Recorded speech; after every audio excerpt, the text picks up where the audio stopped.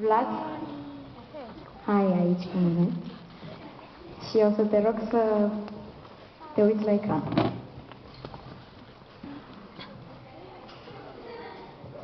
Îți mulțumim pentru momentele frumoase pe care ne blochezi în fiecare seară de luni, pentru treaba excelentă pe care o faci, pentru munca extrem de grea pe care o depui pentru noi și îți urăm să fii la fel de fericit precum îi faci pe cei din jurul tău să fie. La mulți ani!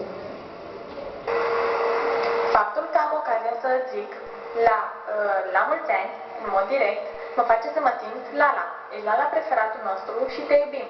Trăiască Vlad! Trăiască Lala națiunea!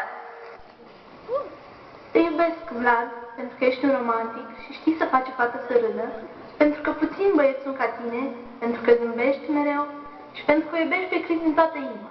Și se vede. Pentru că ești un băiat sincer, drăguț și pentru că îți place ceea ce faci. Adică să ne faci pe noi să gândim de fiecare dată și să strigăm Lala Nation. Uitați-vă la mine, nu vă aduc aminte de cineva.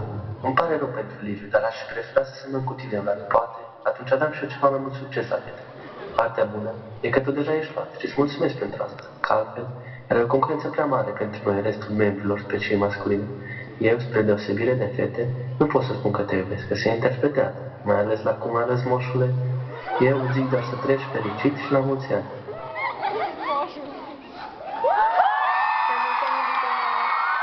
Astăzi împlinesc 20 de ani de când ai venit pe lume. Acum o să te rog să te uiți în sală, pentru că o să găsești acolo niște persoane care te iubesc și pe care le iubești, care ți-au văzut primul zâmbet, prima îmbrățișare, ți-au văzut prima lacrimă și te-au crescut așa cum ești acum, în mod de care sunt îndrăgostită. Te iubesc.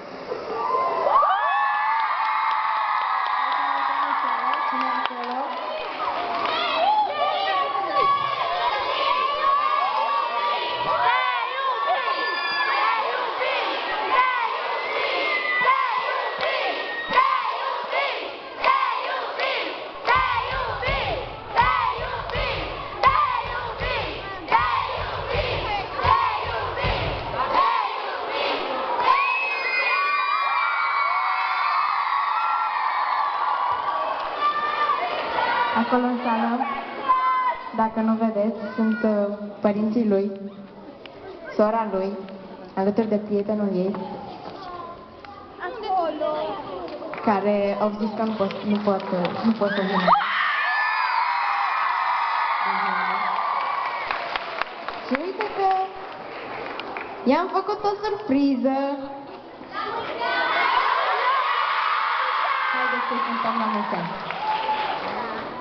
Mulți ani trăiască, mulți ani trăiască, la mulți ani.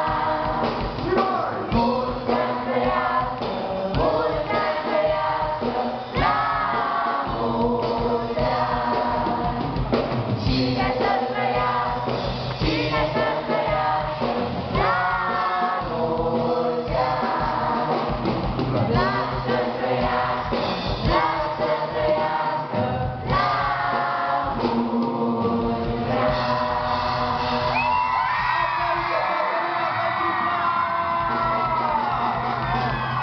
Ca la 20 de ani în Lala și cu mulți fani! Aplauze pentru Vladuțu Drăguțu!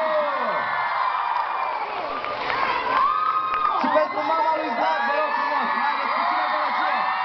Hai!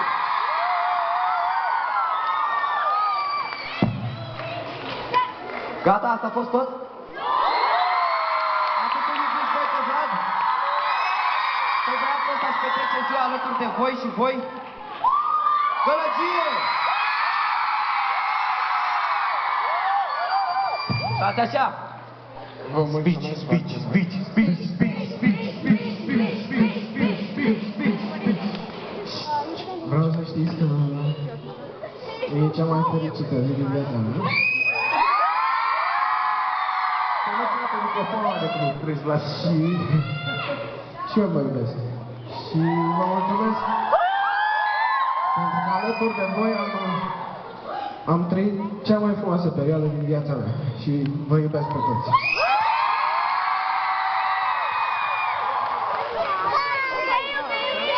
Super.